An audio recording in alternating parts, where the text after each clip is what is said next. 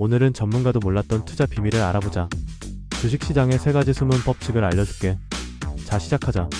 법칙 1 볼게요. 시장은 기억합니다. 뉴스는 잊혀도 패턴은 반복된다는 것을. 주식시장에서 사람들은 늘 새로운 뉴스에 환호하거나 공포에 질린다. 국금리 인상, CEO 전격 교체, AI 시장, 폭발적 성장, 이런 헤드라인이 하루가 멀다 하고 쏟아진다. 그런데 정말 중요한 건 따로 있다. 시장은 뉴스가 아니라 기억된 흐름에 반응한다는 점이다. 한번 예를 들어보자. 팬데믹 직후 여행한 공화장품 같은 리오프닝 종목들이 폭등한 적이 있었다. 그런데 그 흐름 사실은 이전에도 한번 똑같이 있었던 거다. 2003년 사스 이후 중국 내 백화점 한 공주가 회복되던 시기 투자자들이 보여준 움직임과 거의 판박이었다. 경제가 닫히면 원격 비대면이 반짝 오르고 다시 열리면 경기 민감주에 돈이 몰린다. 이건 뉴스로는 절대 설명이 안 되는 시장 기억의 작동 방식이다. 엔비디아 이야기도 마찬가지다. 사람들은 지금 AI 열풍을 이야기하지만 그 이전에도 이 회사는 기억으로 움직였다. 2016년, 2018년쯤 비트코인 채굴 열풍으로 그래픽카드 수요가 폭증하던 시기 엔비디아는 비슷한 흐름을 탔다. 투자자들이 주가를 끌어올린 이유?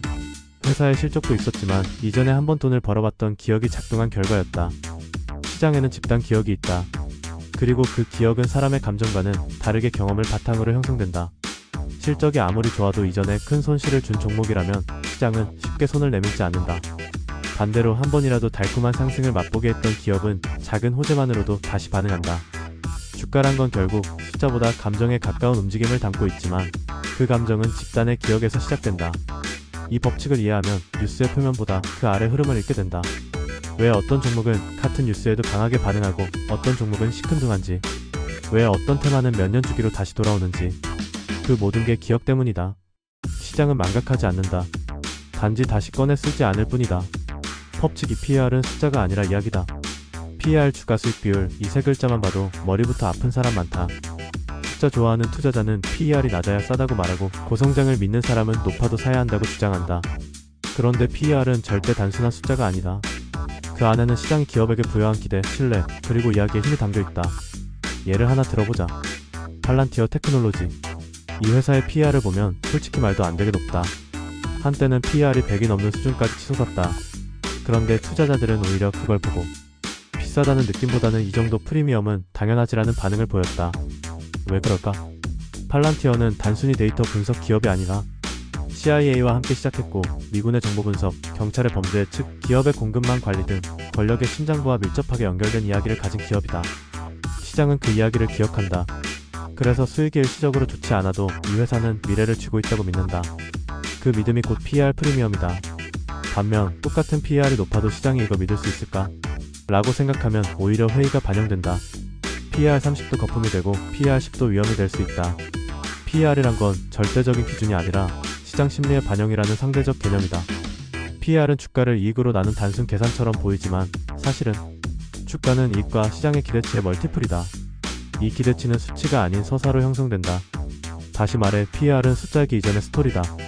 성장하는 산업에 속했는가? 창업자가 독보적인 비전을 가졌는가? 정부 정책의 수혜를 보는 위치에 있는가?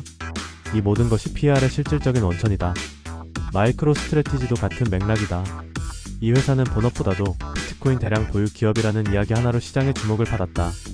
실적은 뒷전이었다. 시장은 숫자가 아니라 미래의 돈이라는 이야기에 프리미엄을 준 것이다. PER을 볼 때 진짜 중요한 건 이거다. 왜 시장은 이 기업의 높은 PER을 허용하고 있는가? 그 질문에 대한 답이 없다면 PER이 낮다고 턱선 물었다간 낭패보기 쉽다. 법칙 3도는 소문보다 빨리 움직인다. 소문에 사서 뉴스에 팔아라. 이 문장은 투자 세계의 격언처럼 알려져 있지만 실전에서는 훨씬 교묘하게 작동한다. 진짜 시장에서는 소문이 돌기 전 돈이 먼저 움직인다. 문제는 그 흐름을 눈치채는 사람은 극히 적다는 거다. 대표적인 예가 공매도 해제 이슈다. 정부가 공매도 재개를 발표하기 전후 개별 종목에 대한 외국인과 기관의 움직임을 보면 소름이 돋는다. 재개 발표 전 공매도가 허용될 것으로 예상되는 일부 종목의 기관의 순매도가 슬금슬금 증가한다. 발표 후 시장이 뒤늦게 반응할 때는 이미 주요 플레이어들은 매도 포지션을 구축해놓고 있었다. 즉 뉴스는 늦고 돈은 먼저다. 또 하나는 ETF 편입 시점이다. 지수형 ETF의 신규 편입이 예상되는 종목들. 공식 편입 발표는 대개장 마감 이후 이뤄지지만 그 하루 전부터 수상할 정도로 거래량이 치솟고 주가가 미세하게 오른다. 개인이 보기엔 그냥 오늘 거래량 좀 많네? 정도일 수 있지만 큰 손들은 이미 알고 있고 들어오고 있는 거다. 예전에 HMM이라는 해운주가 큰 상승을 보여준 적이 있다. 그때도 마찬가지였다.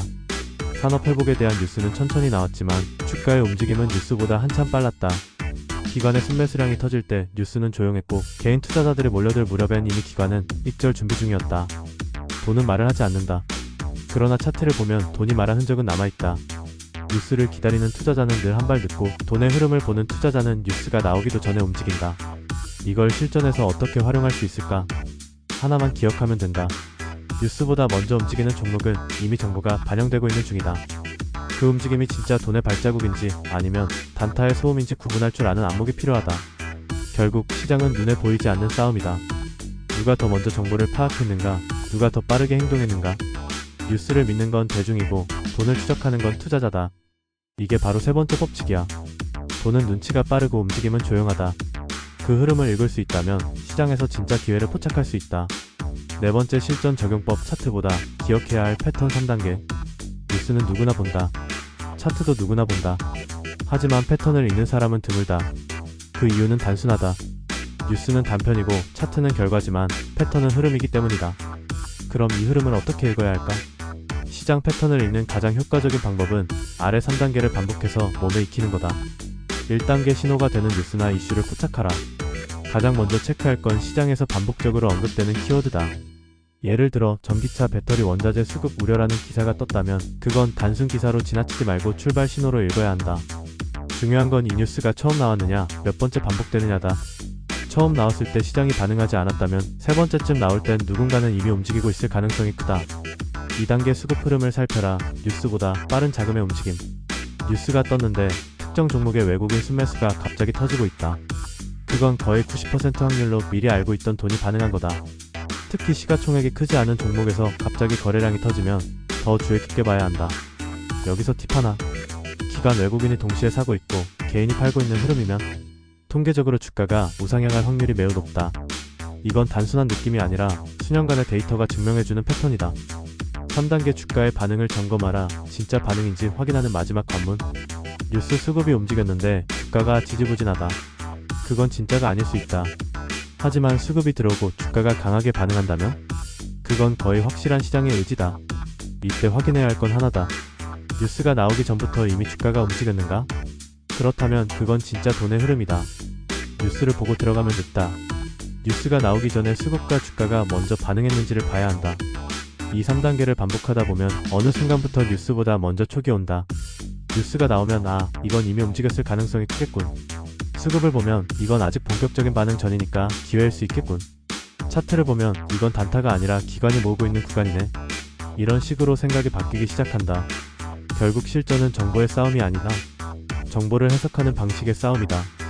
누구나 볼 수 있는 자료에서 누구도 눈치채지 못한 흐름을 먼저 포착하는 것. 그게 진짜 투자다. 마지막 조언. 투자의 법칙은 없다. 그러나 패턴은 있다. 사람들은 자꾸 이렇게 묻는다. 어떤 종목이 좋아요? 지금 사도 되나요? 이제 늦은 거 아니에요? 그럴 때마다 나는 딱히 정답을 주지 않는다. 대신 이렇게 말한다. 투자의 법칙은 없지만 시장엔 분명 패턴이 있다. 내가 증권사 PB 시절에 많은 고객을 만나면서 느꼈던 건 돈을 벌던 사람들에게는 공통점이 있다는 거였다. 그들은 시장의 기억을 믿었고 수급의 흐름을 먼저 감지했고 숫자보다 기업의 이야기를 들을 줄 알았다. 그리고 무엇보다 뉴스가 나오기 전에 이미 움직이고 있었다. 그들은 무슨 특별한 정보를 가진 게 아니었다.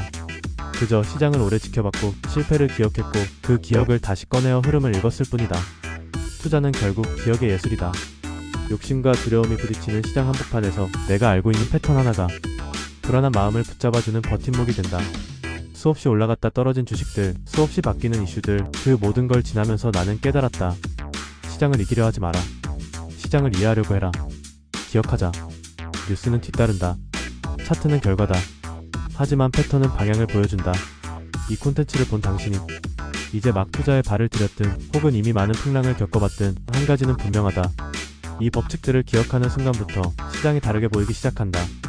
그리고 앞으로도 이런 깊이 있는 이야기, 수치 뒤에 숨은 흐름, 그 누구도 쉽게 말해주지 않는 투자자의 시선을 함께 나누고 싶다면 구독과 좋아요, 알림 설정까지 지금 해두면 다음 흐름도 당신 것이 될 수 있다. 그럼 다음에 또 만나자. 굿바이.